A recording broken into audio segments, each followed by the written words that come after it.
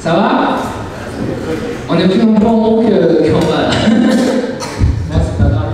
Rapprochez-vous, rapprochez-vous. Vous pouvez venir devant. Clément, Camille et les garçons, rapprochez-vous. Allez, venez devant. Anthony, tu nous en sers une, c'est ça? Bon. C'est pas grave hein, si on n'est pas. C'est pas ça qui est le plus important. Les autres ils vont venir et puis voilà. D'abord, est-ce que vous avez passé une bonne semaine? Non? Pourquoi? Et aujourd'hui vous êtes levé trop tôt, c'est ça? Ah. Et vous êtes levé trop tôt, eh bien aujourd'hui vous êtes venus ici.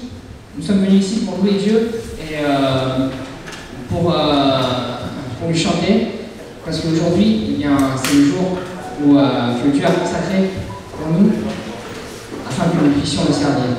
Et nous allons le servir avec joie. Nous allons d'abord prier ensemble.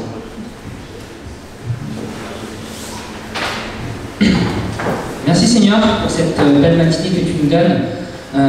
Seigneur, aujourd'hui nous venons ici dans ta maison pour écouter ta parole, pour te louer.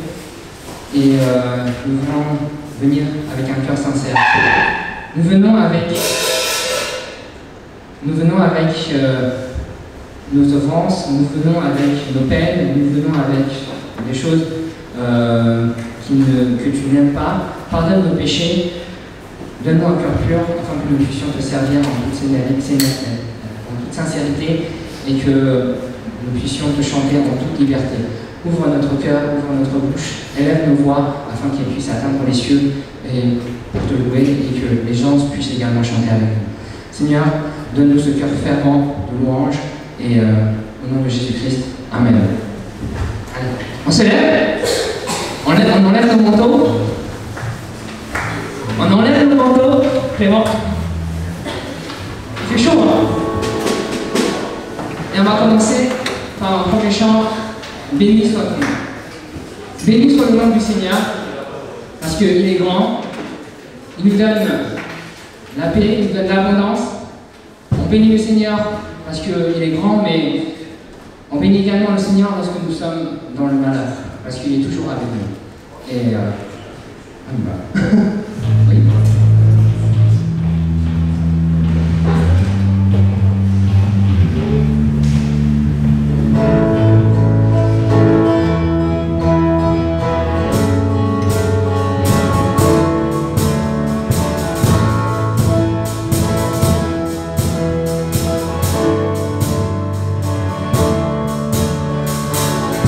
Béni soit ton nom, car tu donnes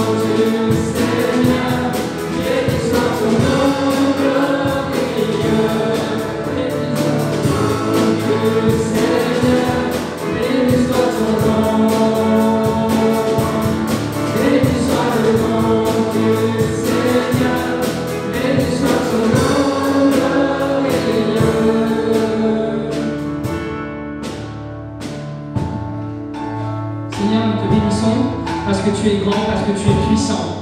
Nous te bénissons lorsque nous sommes dans l'abondance, mais également lorsque nous sommes dans le malheur, parce que tu es toujours avec nous. Tu es toujours avec nous, quoi qu'il arrive. Lorsque nous sommes dans le désert, lorsque nous sommes dans l'abondance, tu es toujours là avec nous.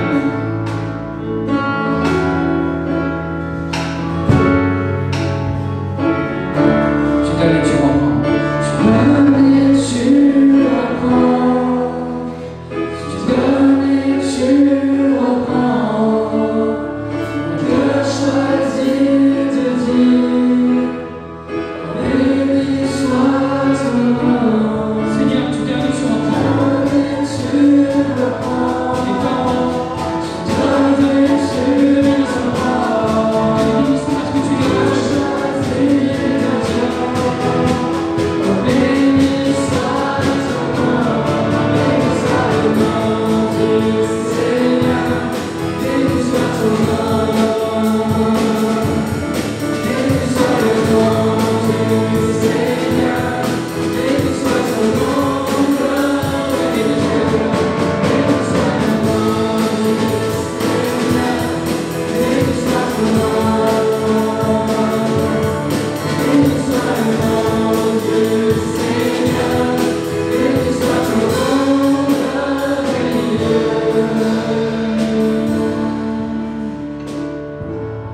Béni soit le nom du Seigneur, car il est toujours avec nous.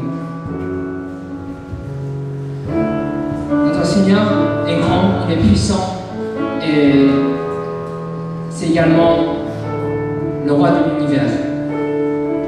Mais il a également accepté de venir parmi les hommes pour souffrir, de mourir à la croix. Et si nous sommes là aujourd'hui, eh bien, c'est parce que Jésus est mort pour nous. Jésus est mort pour nous dans la souffrance et dans la douleur. Et je voudrais vous faire partager un chant qui nous permet de nous remémorer de tout ce que Jésus a pu subir pour nous. Et nous allons chanter « Homme de douleur ».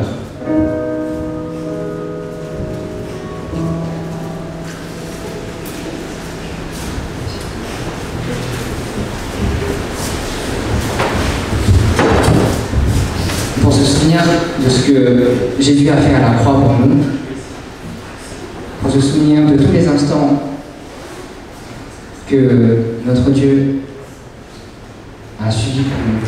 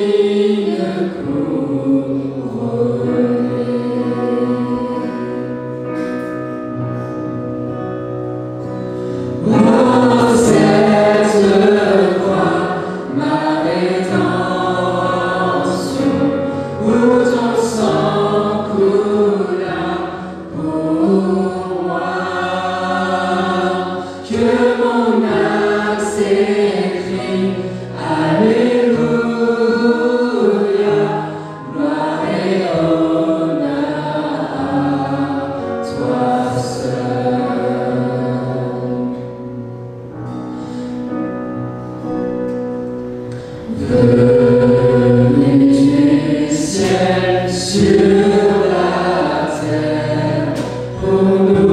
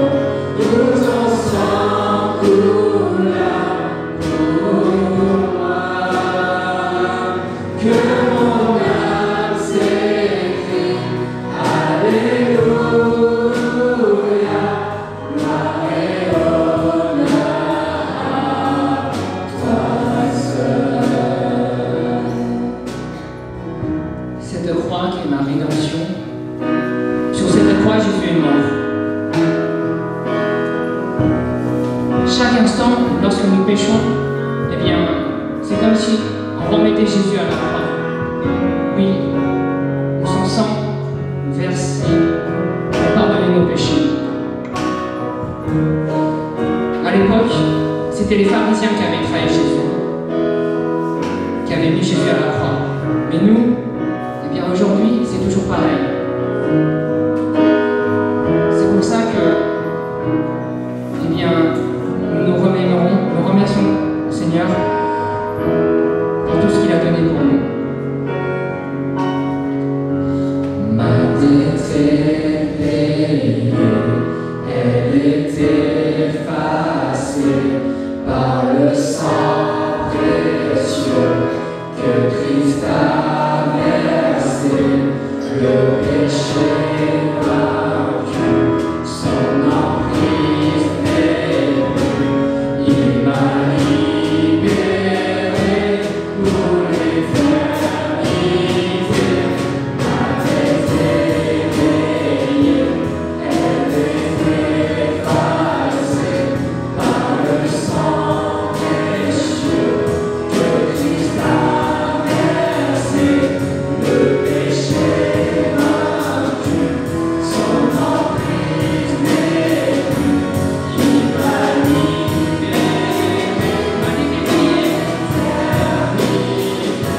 ma dette est payée, elle est effacée par le sang précieux que Christ a versé, le péché vaincu, son emprise n'est plus. Il m'a libéré pour l'éternité. Dans cette croix, ma rédemption, où ton sang coula pour moi.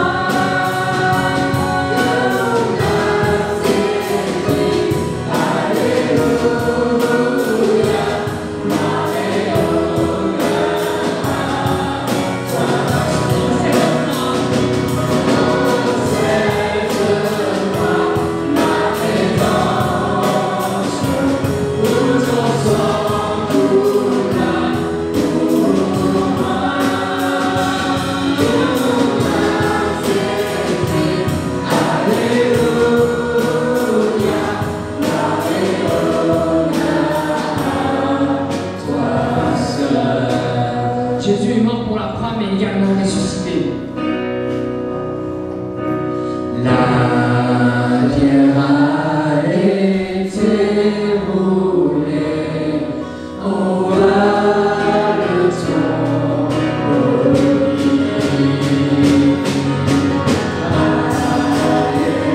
Alléluia, Dieu soit loué, il est ressuscité.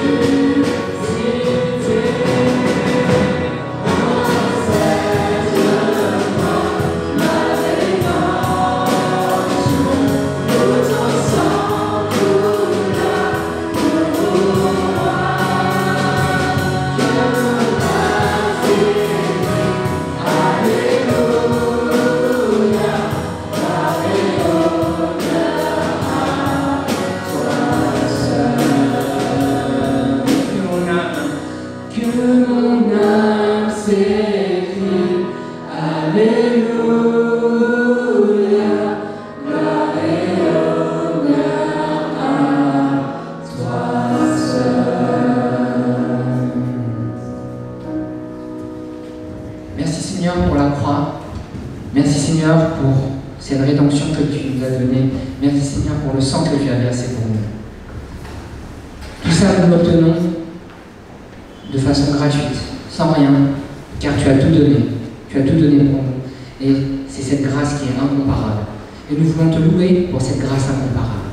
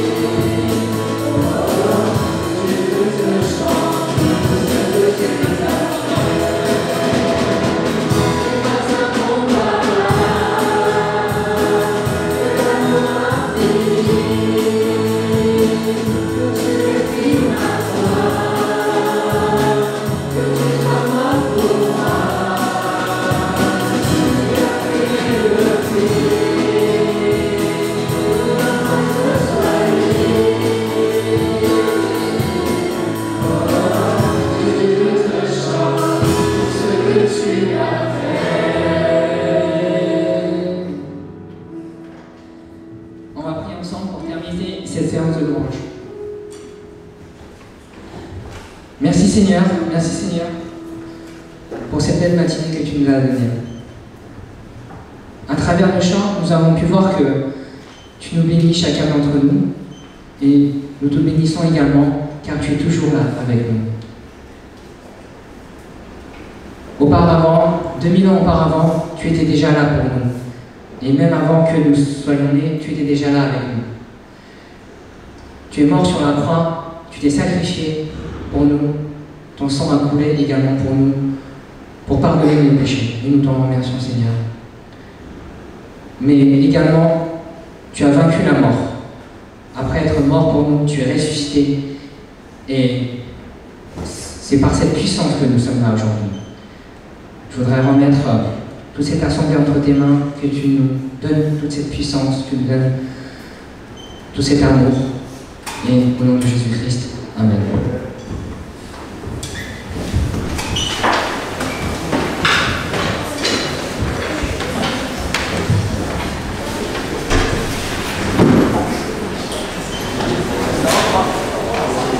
On va laisser la place à attendre.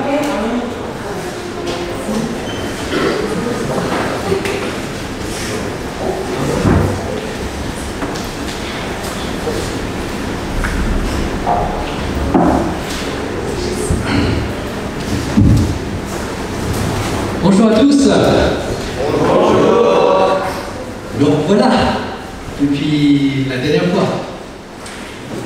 Avant de commencer, je veux vous interroger. La dernière fois, nous avons appris un verset. Alors, qui se souvient du verset? Dans Jérémie, chapitre 29, souvient de ce verset? Personne? Je vous aide un peu. Vous me chercherez.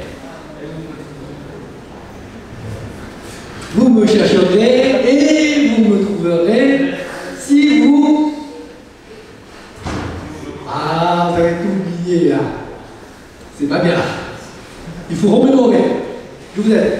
Vous me chercherez et vous me trouverez si vous me cherchez de tous vos cœurs. Vous me chercherez et vous me trouverez si vous me cherchez de tous vos cœurs. Donc ça, c'est le verset que nous avons appris la dernière fois. Aujourd'hui, nous allons vous partager un autre personnage. Avant de commencer, nous allons prier encore une fois. Fermons les yeux. Seigneur Jésus, nous te remercions. Nous te remercions car tu es amour. Tu nous aimes. Tu nous aimes chacun d'entre nous. Que nous soyons des garçons, des filles. Oh Seigneur, tu nous aimes tels que nous sommes. Tu veux que nous soyons devant toi avec un cœur sincère. Oh Seigneur, aujourd'hui nous sommes là. Nous te louons, nous t'adorons, car tu es digne. Oh Seigneur, là nous avons un moment pour écouter ta parole. Oh Seigneur, nous te demandons d'aider ton serviteur, car il a besoin de ta force, de ta parole. Car sans toi, rien n'est possible. Mais avec toi, tout est possible. Merci Seigneur. Merci, nous te prions au nom de Jésus-Christ. Amen. Alors aujourd'hui, je vais vous parler d'un autre personnage. Un personnage, comment dire, c'est un grand personnage, mais, il y a toujours un mais qui est effacé par un autre personnage de son temps. À chaque fois qu'on parle de lui, en fait, on se souvient toujours de l'autre personne. Mais, il y a encore un mais, même s'il est oublié par tout le monde, Dieu se rappelle de lui. Dieu se souvient de lui. Qui est ce personnage? Souvent, dans la Bible, il y a des grands personnages où Dieu donne un grand qualificatif. Pour ce personnage, Dieu lui a aussi donné un grand qualificatif. Si en disant que pour le qualificatif, vous savez, je pense, tous des têtes en tête, des noms en tête. Et si je vous dis celui qui marche avec Dieu, vous pensez à qui? Qui marche avec Dieu pendant 300 ans? Alors, celui qui marche avec Dieu. Non? Dis ça. Ça va? Ça? Hein? Enoch. Dans Genèse, il est dit que Enoch a marché 300 ans avec Dieu. Et si je vous dis celui qui est fidèle dans toute la maison de Dieu, vous pensez à qui?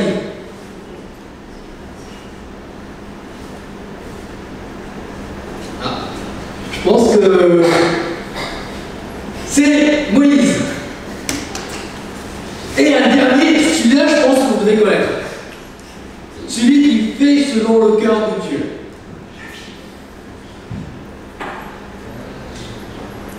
Oui, ça te aille.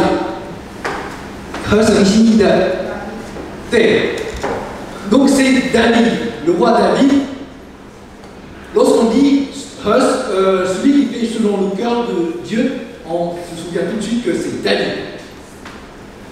Aujourd'hui, nous parlons d'un autre personnage où Dieu a donné un grand qualificatif. Qui est ce personnage? D'abord, la Bible dit que c'est un Kénizien. Ah, vous dites, Kénizien, qui c'est? Dans Genèse, chapitre 15, versets 18 à 21, nous allons lire ensemble. 1, 2, 3. En ce jour-là, l'Éternel fit alliance avec Abraham et dit, je te donne ce pays à ta postérité depuis le fleuve d'Égypte jusqu'au grand fleuve, au fleuve d'Euphrate, le pays des Kéniens, des Kénisiens, des Cananéens, des Hétiens, des Phléséens, des Réphaïm, des Amoréens, des Cananéens, des Girgasiens et des Jébusiens. Alors, dans toute cette liste de pays, nous voyons des Kénisiens. C'est un peuple étranger pour les Juifs, pour les Israéliens. C'est un peuple où le peuple doit les chasser des pays des Canaan. Dans ce cas, comment ça se fait que ce personnage fait partie du peuple d'Israël? On ne sait pas. La Bible ne dit pas comment et quand il est devenu israélien. Nous savons seulement qu'il est devenu, on va dire, il est naturalisé israélite. Et par la suite, il est devenu un chef de tribu de Juda. Donc c'est un grand homme. Pour devenir chef de tribu, je pense qu'il a beaucoup de qualités.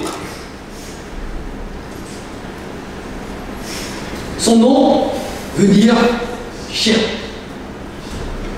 Je pense que ce n'est pas leurs parents qui ont donné ce nom.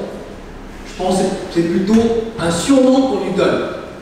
D'où on peut dire que c'est un mépris de son entourage pour lui. Il est méprisé parce qu'on lui donne un surnom chien. Il est méprisé, il est un étranger, même si il est naturalisé, mais comme nous sommes en France, nous considérons comme des Français, mais nous sommes d'origine chinoise. Parfois, n'importe où, lorsqu'on voit votre tête, on dit vous êtes des Chinois. Même si vous êtes Français, même si vous êtes né en France, on dit que vous êtes des Chinois. Pareil, là, Caleb, je vous ai dit déjà le nom. Donc ce personnage est méprisé par le reste de la population. Mais Dieu ne l'a pas oublié. Il a une grande valeur aux yeux de Dieu. Et Dieu lui a donné un grand qualificatif. Je répète encore une fois, Dieu lui a donné un grand qualificatif. Et dans la Bible, Dieu a utilisé 7 fois ce qualificatif pour désigner des personnes qui lui plaisent. Une fois, c'est David. Dans 1 Salomon, chapitre 11, verset 6, Dieu dit « Et Salomon fit ce qui est mal aux yeux de l'Éternel, et il, comme son père David. » C'est-à-dire que David, le roi David, fait ce qui plaît à Dieu, et Dieu lui a donné ce qualificatif. Alors, tout à l'heure, en lisant 1 roi chapitre 11, verset 6, j'ai sauté quelques mots. Ce qualificatif, c'est très important. Tout à l'heure, nous avons vu que lorsqu'on dit celui qui plaît à Dieu, celui qui fait selon le cœur de Dieu, on pense tout de suite à David. Maintenant, lorsqu'on dit, on va dire ce qualificatif, on pense tout de suite à ce personnage. Parce que Dieu a utilisé 7 fois ce qualificatif. Une fois, c'est pour le roi David, et les 6 autres fois, c'est pour ce personnage. Donc, vous voyez l'importance de ce qualificatif pour ce personnage. 7 fois ce qualificatif, une fois pour David, le roi David, et 6 fois pour ce personnage. Alors, nous allons voir tous ensemble, même si tout à l'heure je vous ai déjà dit le nom, nous allons voir ensemble ce personnage à travers les 6 fois que Dieu donne ce qualificatif à ce personnage. On va lire ensemble. Donc, chapitre 14, verset 24. Je vais demander à Karemi de lire ce verset. En français.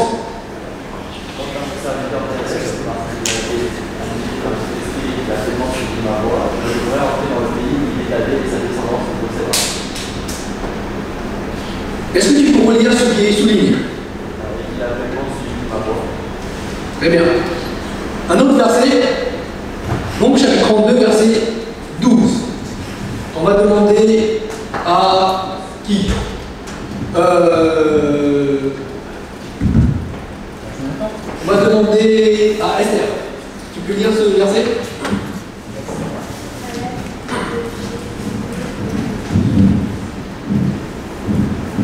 Le Kénisier et Josué, fils de Nun, qui ont pleinement suivi la voie de l'Éternel. Est-ce que tu peux relire la phrase qui est soulignée? Qui ont pleinement suivi la voie de l'Éternel. Très bien. Un autre verset. Deutéronome chapitre 1, verset 36. Une autre personne, Pauline. C'est Caleb, fils de Jéphunneh, il verra, lui, et parce qu'il a pleinement suivi la voie de l'Éternel, je lui donnerai ainsi qu'à ses enfants le pays sur lequel il a marché.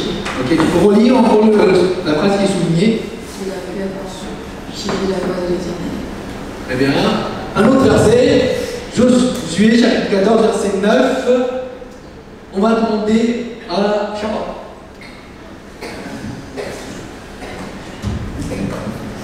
Et ce jour-là, Moïse a juré, le pays que ton pied a foulé sera ton héritage et celui de tes descendants pour toujours, parce que tu as pleinement suivi la voie de l'Éternel mon Dieu. Ok, est-ce que tu peux relire la phrase qui est soulignée? Parce que tu as pleinement suivi la voie de l'Éternel mon Dieu. Très bien. Encore un autre verset. Josué chapitre 14, verset 14. On va demander à Justine. Non, c'est à Justine. C'est ainsi que Caleb, fils de Jéphunneh, le Canésien, a eu jusqu'aujourd'hui Hébron pour héritage parce qu'il avait pleinement suivi la voie de l'Éternel, le Dieu d'Israël. Ok. Pareil, tu relis ce qui est souligné. Parce qu'il avait pleinement suivi la voie de l'Éternel, le Dieu d'Israël. Très bien, merci. Encore un autre verset. Josué chapitre 14, verset 8. Alors, on va demander à qui? Jérémie. Les frères qui étaient... Montez. Continue.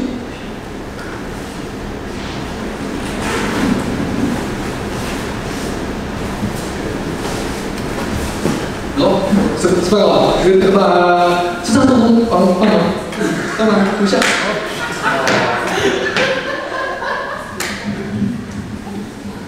Les frères qui étaient montés avec moi ont découragé le peuple, mais moi j'ai suivi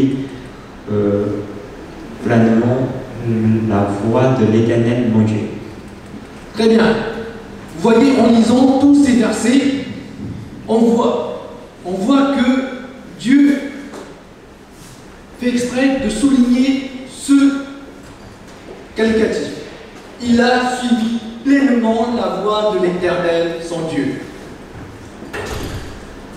Parce qu'il a suivi pleinement la voie de l'Éternel, il peut avoir une vie hors norme. En fait, ce n'est pas lui qui l'a, mais c'est Dieu qui lui a donné une vie hors norme. C'est Dieu qui lui a donné une vie différente que les autres. C'est pour ça aujourd'hui, nous allons voir ensemble que comment Dieu lui a donné une vie différente. Le titre de ce message, c'est « Une vie en homme ». Et on va faire en 3 points comment Dieu lui a donné cette vie en homme. C'est d'abord une vision différente, une énergie différente, une mentalité différente. On va regarder au premier point, une vision différente. Lorsque le peuple d'Israël est sorti de l'Égypte sous l'autorité de Moïse, ils sont prêts à entrer dans le pays des Canaan.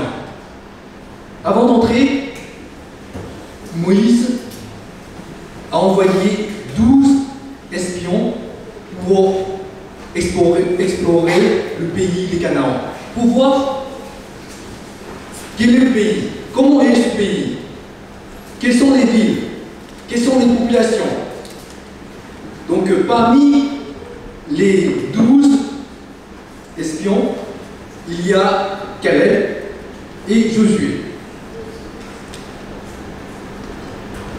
Alors, ces 12 espions ont parcouru tous les pays des Canaan pour voir comment est le pays promis par Dieu. Regardez un peu le rapport de leur mission. Tout d'abord, premier point, c'est un pays coulant de lait et de miel. Donc c'est un bon pays. C'est un pays qui est, comment dire, agréable à vivre parce qu'on peut cultiver beaucoup de choses.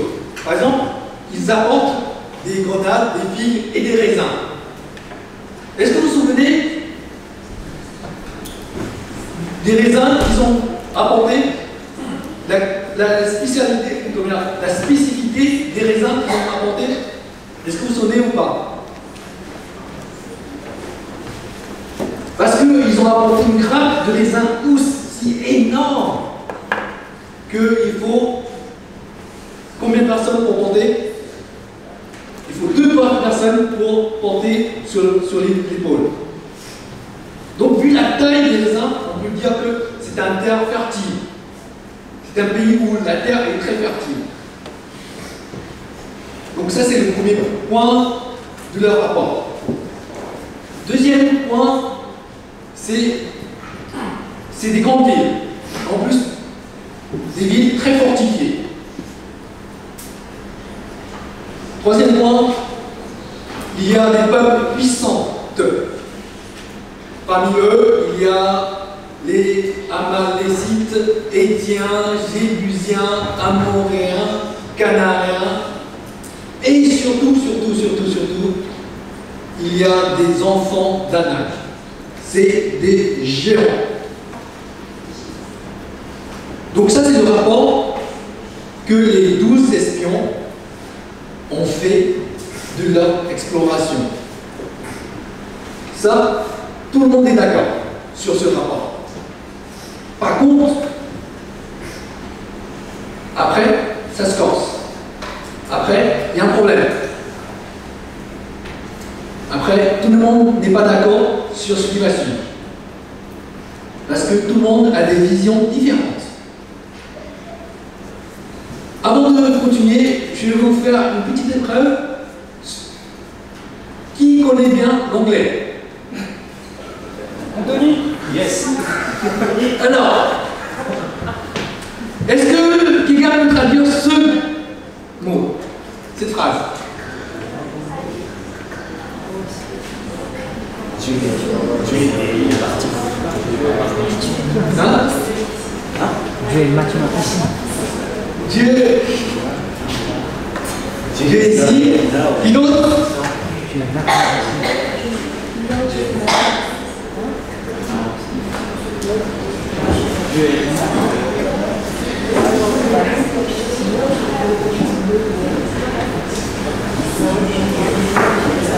Dieu est là. Dieu est là.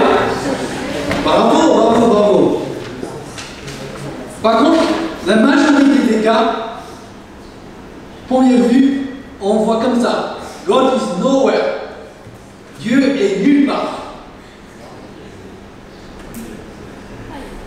Par contre, il y a une autre façon de le dire. God is now here. Dieu est là maintenant.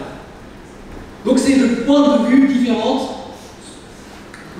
La première chose qu'on voit, la plupart du temps, on voit que le premier, God is nowhere. Dieu est nulle part. Lorsqu'on est face à des obstacles, lorsqu'on est face à des difficultés, la première chose, on dit, Dieu est où? Où est Dieu? Dieu m'a oublié? Mais la plupart du temps, on oublie de dire que God is now here. Dieu est là maintenant. C'est ça la différence de vision. Donc, on va voir la vision de la majorité des 12 espions. Qu'est-ce qu'ils disent? Nombre chapitre 13, verset 31-33. Je vais demander à Clément, tu peux me lire ce passage. Clément, dis-moi. Devant. Merci. Mais les hommes qui étaient allés avec lui disent, nous ne pouvons pas monter contre ce peuple car il est plus fort que nous. Et ils décrivent devant les enfants d'Israël le pays qu'il avait exploré et ils dirent, le pays que nous avons parcouru pour l'explorer est un pays qui dévore ses habitants. Tous ceux que nous y avons vus sont des hommes de haute taille et nous y avons vu les géants d'enfants d'Anak et de la race des géants. Nous étions à nos yeux et aux leurs comme des sauterelles. Merci. Vous voyez ce passage, la vision de la majorité des 12 espions. Qu'est-ce qu'ils voient? Ils voient des grandes villes fortifiées, des géants. C'est vrai qu'il y a des géants, c'est vrai qu'il y a des villes fortifiées, mais leur vision, c'est concentrée sur les difficultés, sur les obstacles. Mais ils ont oublié que Dieu est là. Ils ont oublié que Dieu est tout-puissant. Est-ce qu'ils n'ont pas vécu la sortie de l'Égypte? Est-ce qu'ils n'ont pas vu les dénivelés que Dieu a envoyés sur le peuple d'Égypte et que le peuple d'Israël n'a subi aucune détérioration? Lorsque le dernier plaie, lorsque tous les aînés du peuple d'Égypte sont morts et que tous les aînés du peuple d'Israël sont vivants, vous voyez la puissance de Dieu? Est-ce qu'ils n'ont pas vu la traversée de la mer à sec? Dieu a ouvert la mer Rouge devant eux. Ils n'ont pas vu la puissance de Dieu? Dans le désert, ils n'ont pas vu la main de Dieu lorsque Dieu a coulé l'eau du rocher? Est-ce qu'ils n'ont pas vu, toujours dans le désert, Dieu a envoyé la manne?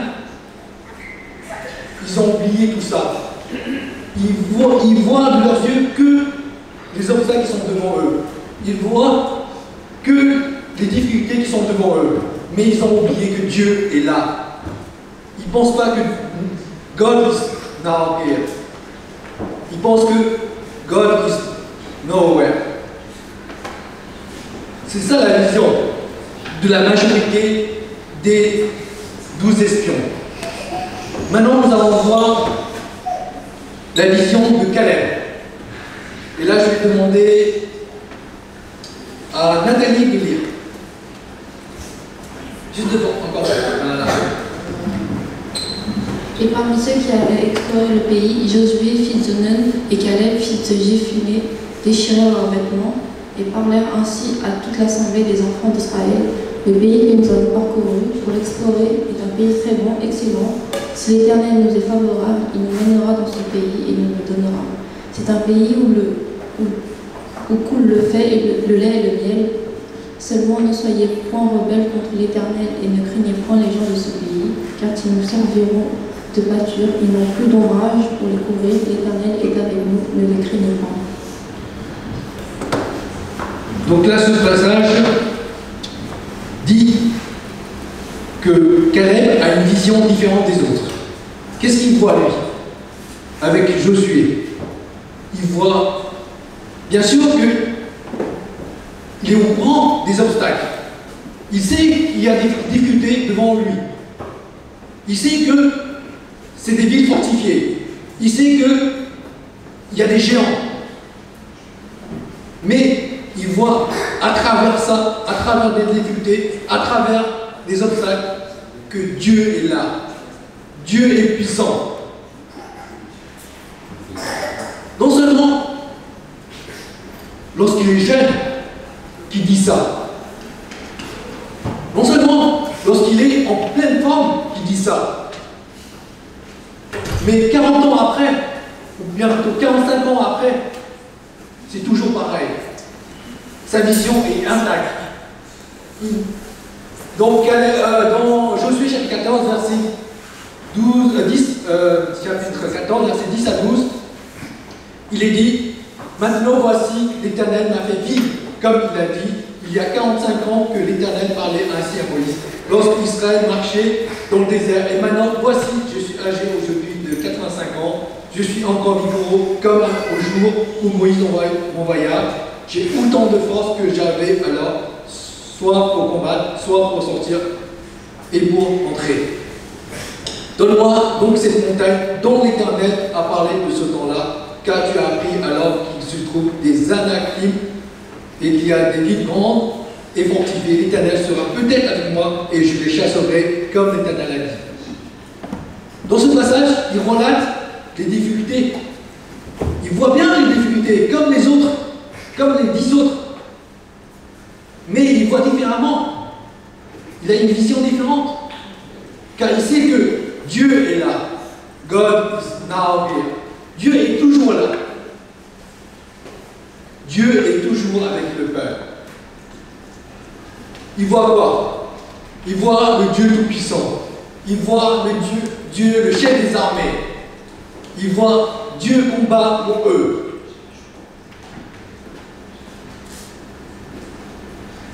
Est-ce que vous vous souvenez de la prise de Jéricho? La prise de Jéricho. Normalement, les enfants, vous devez tous connaître cette histoire. La prise de Jéricho.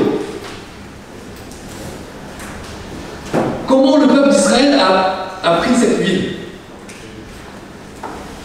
Est-ce qu'ils ont combattu? Est-ce qu'ils ont pris des armes? Non. Qu'est-ce qu'ils font? Ils font ce que Dieu leur demande. C'est de tourner une fois le tour de la ville, chaque jour, pendant 6 jours. Et le 7e jour, il faut tourner 7 fois. Ils font que ça. Ils font que suivre l'ordre de Dieu. À la 7e fois, les murailles de Jéricho s'écroulent. Donc c'est Dieu qui combat pour eux. Ce n'est pas eux qui combattent, mais Dieu. Parce que Caleb sait que Dieu est là. C'est Dieu le Tout-Puissant qui combat pour eux. Est-ce que vous vous souvenez de la victoire sur les rois amorites? Ah là là, lorsque nous voyons ce passage, quelle est la grandeur de Dieu? Quelle est la puissance de Dieu? Nous allons tous voir ensemble ce passage. Josué, chapitre 10, versets 12 à 14. On va demander à Maxime de le lire.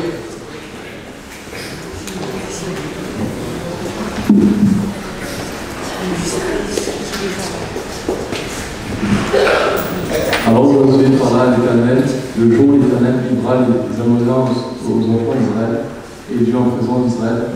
Soleil, arrête-toi sur Gabaron, et toi, lune, sur la vallée de Jalon.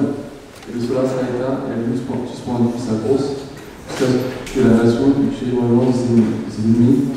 Soit n'est-il pas écrit en livre du juste, le soleil s'arrêta au milieu du ciel, il ne s'arrêta point de se coucher presque tout un jour.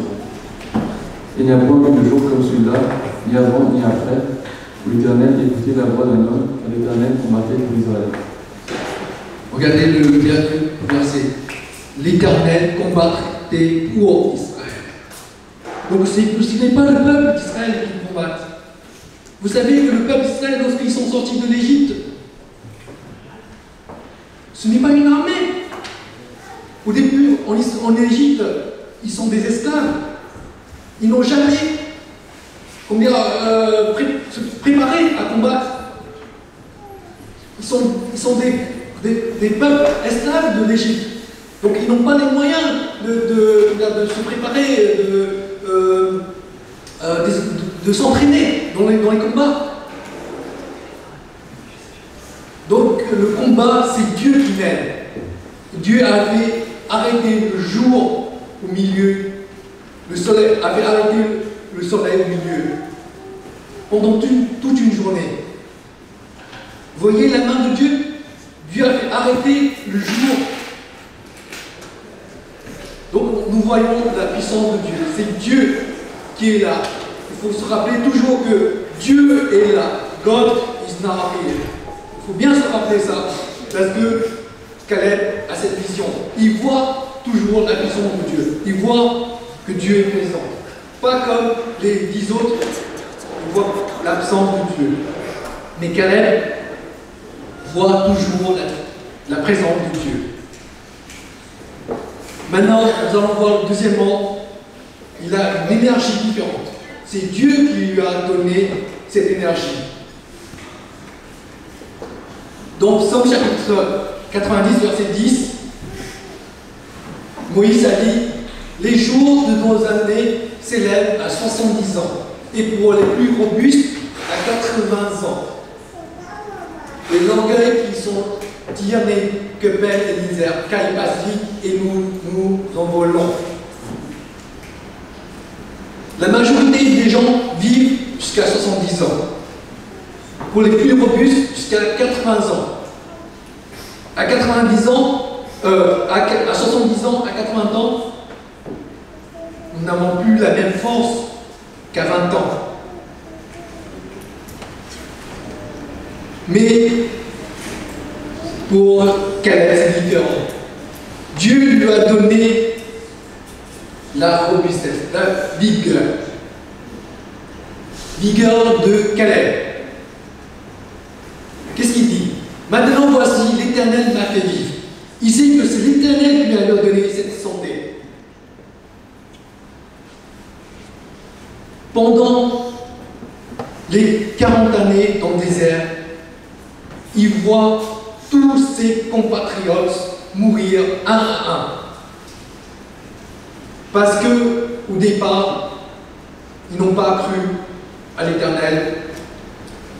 Ils n'ont pas fait confiance en Dieu.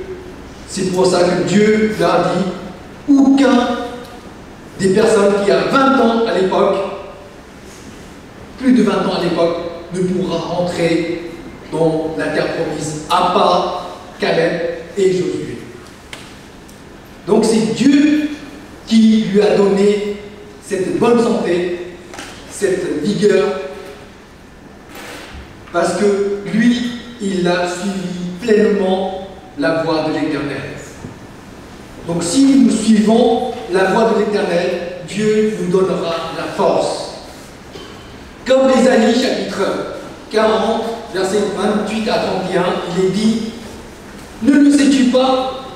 Ne l'as-tu pas appris? C'est le Dieu d'éternité, l'Éternel qui a créé les extrémités de la terre. Il ne se fatigue point, il ne se lasse point. On ne peut pas sonder son intelligence. Il donne la force à celui qui est fatigué et il augmente la vigueur à celui qui en tombe défaillance. Les adolescents se fatiguent et se lassent et les jeunes chancellent. Mais, voilà le mais qui arrive. Ceux qui se confient en l'Éternel renouvellent la force. Ils prennent le vol comme les aigles. il court, mais ne se lasse point. Il marche, mais ne se fatigue point. Donc celui qui se confie à l'Éternel, Dieu lui donne la force, la vigueur. Vous savez, pendant les 40 années dans le désert, les souliers que les Israélites portent ne s'abîment pas. Vous voyez la protection de Dieu. Parce que le peuple a désobéi à Dieu, ils ne peuvent pas entrer. Normalement, ils peuvent entrer facilement. Comme ils ont refusé de faire confiance à Dieu, alors aucun d'entre eux ne peut entrer dans la terre promise. Sauf Josué et Caleb.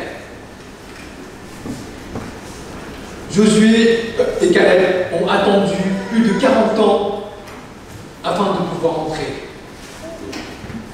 Donc à ce moment-là, 45 ans après, Caleb et Josué sont aussi en pleine forme. C'est Dieu qui leur a donné cette bonne santé. Troisièmement, ils ont une mentalité différente. En fait, ce n'est pas eux, c'est Dieu qui leur donne cette mentalité. Vous savez, lorsque, 40 ans avant, lorsque Josué et Caleb sont prêts à entrer dans le pays, mais à cause de l'incrédulité du peuple, ils ont retardé de 38 années. Ils peuvent dire, mais ce n'est pas ma faute, c'est la faute des autres. Ça, c'est courant. On met toujours la faute sur les autres. C'est la faute de mon frère. C'est la faute de ma sœur. C'est toujours la faute des autres. Là, il peut se plaindre. Caleb peut se plaindre de dire, c'est vrai que ce n'est pas la faute de Caleb. Il peut se dire que ce n'est pas injuste. C'est injuste. C'est injuste pour moi. Moi, j'ai suivi l'Éternel. Pourquoi je ne peux pas rentrer? Pourquoi je dois attendre 38 années encore plus? Mais il ne se plaint pas. Il est toujours sous l'autorité de Dieu. Il sait que Dieu est souverain.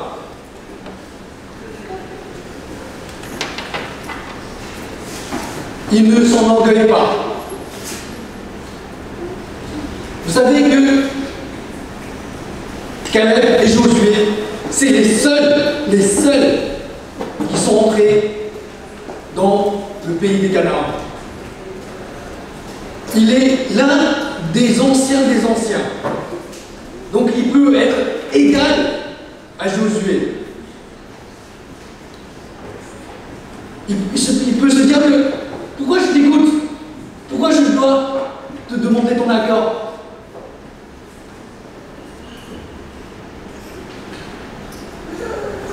Il est le seul avec Josué parmi ceux qui ont 20 ans à l'époque, plus de 20 ans à l'époque. Ils sont les seuls vivants. Il est l'un des anciens. Donc il a l'autorité, il a cette position pour dire que je suis comme Josué. Mais il n'est pas vrai, il ne dit pas ça. Il est toujours sous l'autorité de Josué. Parce qu'il sait que c'est Dieu qui a donné l'autorité à Josué.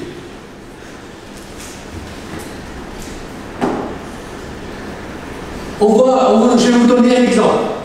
À la sortie de l'Égypte, lorsqu'ils ont traversé la mer Rouge, peu après, il y a Myriam et Aaron. C'est la sœur et le frère de Moïse. Regardez leurs exemples. Myriam et Aaron parlaient contre Moïse au sujet de la femme éthiopienne qu'il avait prise, car il avait pris une femme éthiopienne. Ils dirent, est-ce seulement pour Moïse que l'Éternel parle? N'est-ce pas aussi pour nous qu'il parle? Et l'Éternel entendit. Là, Myriam et Aaron se plaignent. de l'autorité de Moïse. Est-ce que Dieu parle seulement à Moïse? Dieu parle aussi à nous. Pourquoi nous devons écouter Moïse? Là, ils veulent offenser l'autorité de Moïse. Quelle est la conséquence? Conséquence, c'est la colère de l'Éternel s'enflamma contre eux et ils s'en alla. La nuée se retira dessus de la tente. Et voici, Myriam était frappée d'une lèpre, blanche comme la neige.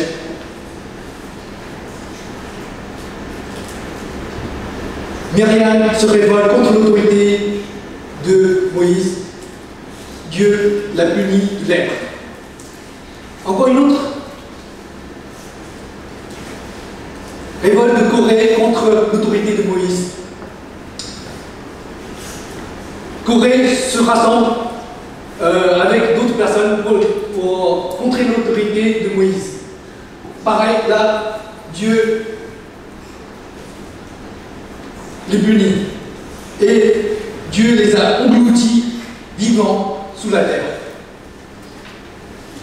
Donc il faut savoir que nous devons être humbles et être sous l'autorité des responsables. Pour nous les enfants, le plus important, c'est d'être sous l'autorité des anciens et surtout de nos parents. Nous savons que beaucoup d'entre vous rentrent dans la période des teenagers. C'est la période où il y a beaucoup de soucis. Je vous exhorte à s'accrocher à Dieu, à surmonter cette période difficile. Seulement en Jésus-Christ, dans la présence de Dieu, nous pouvons surmonter cette période dite délicate. C'est la période où on se rebelle, on se met contre l'autorité des parents. Nous demandons à chacun d'entre vous de s'accrocher à Dieu, de ne pas tomber dans cette période difficile, de surmonter et de passer cette période avec la présence de Dieu, avec l'aide de Dieu.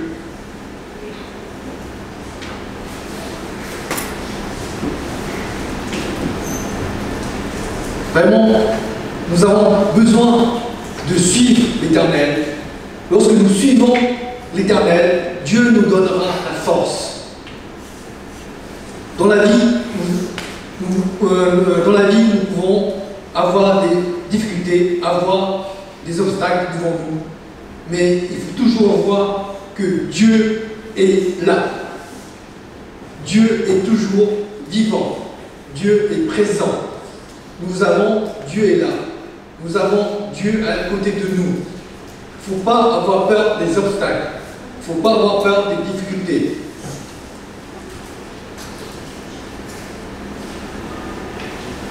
Retenez bien, retenez la phrase. Dieu est toujours là. Dieu est là maintenant. God is now here. Dieu est là. Dieu est toujours là. Il faut voir dans cette vision, dans votre tête que Dieu est toujours présent. Donc il faut le chercher, il faut le trouver. Comme le verset de la dernière fois, si vous cherchez de tous vos cœurs, vous trouverez Dieu. Vous trouverez la force en Dieu. Vous trouverez l'intelligence en Dieu. Vous trouverez la santé en Dieu. Donc le message d'aujourd'hui s'arrête là. Et je vous demande de vous lever. On va tous le lire ensemble. Le créneau.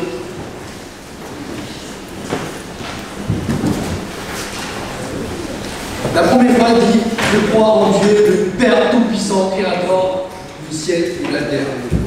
Il faut croire en notre Dieu. Il faut croire à ce que Dieu soit dans notre vie. Nous allons réciter tous ensemble. Dis ensemble. 1, 2, 3. Je crois en Dieu, le Père Tout-Puissant, Créateur du ciel et de la terre. Je crois en Jésus-Christ, son Fils unique, notre Seigneur, qui a été conçu du Saint-Esprit et qui est né de la Vierge Marie, il a souffert sous Ponce Pilate, il a été crucifié, il est mort, il a été enseveli, il est descendu aux enfers. Le troisième jour, il est ressuscité des morts, il est monté au ciel, il siège à la droite de Dieu, le Père Tout-Puissant. Il viendra de là pour juger les vivants et les morts. Je crois en l'Esprit Saint, je crois à la Sainte Église universelle, la communion des saints, la rémission des péchés, la résurrection de la chair et la vie éternelle. Amen. Nous allons prier ensemble. Seigneur, merci. Merci, nous avons vu à travers l'exemple de Caleb, même si il est étranger de naissance, même si il est méprisé par son entourage, mais il a suivi pleinement ta voie et c'est toi qui lui as donné cette vision, cette énergie, cette mentalité pour vaincre les 40 années d'errance dans le désert. Il a vu tous ses compatriotes mourir un à un dans le désert. Mais toi, tu lui as donné cette vigueur, cette mentalité, cette vision pour entrer dans la terre promise que tu as promis à Abraham. Oh Seigneur, merci. Merci car à travers cet exemple, nous devons apprendre à te confier, apprendre à mettre entre tes mains notre vie. Car seulement en ta présence, nous pouvons vivre pleinement, nous pouvons vivre heureux, nous pouvons vivre en bonne santé. Merci Seigneur. Nous savons que beaucoup d'entre nous vont traverser la période des teenagers. C'est une période où propice à des problèmes avec les parents. Nous te demandons de nous aider à être obéissants à nos parents, à être sous l'autorité de nos parents. Car nos parents nous aiment comme tu nous aimes.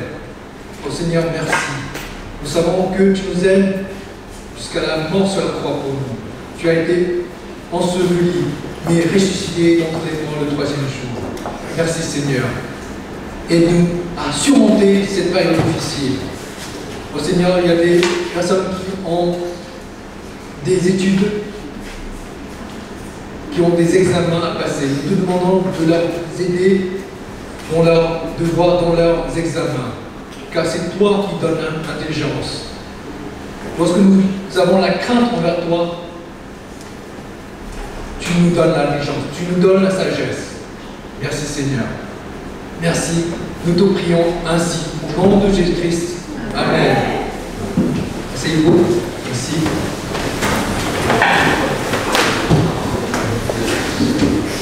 Je donne la parole à la présidence.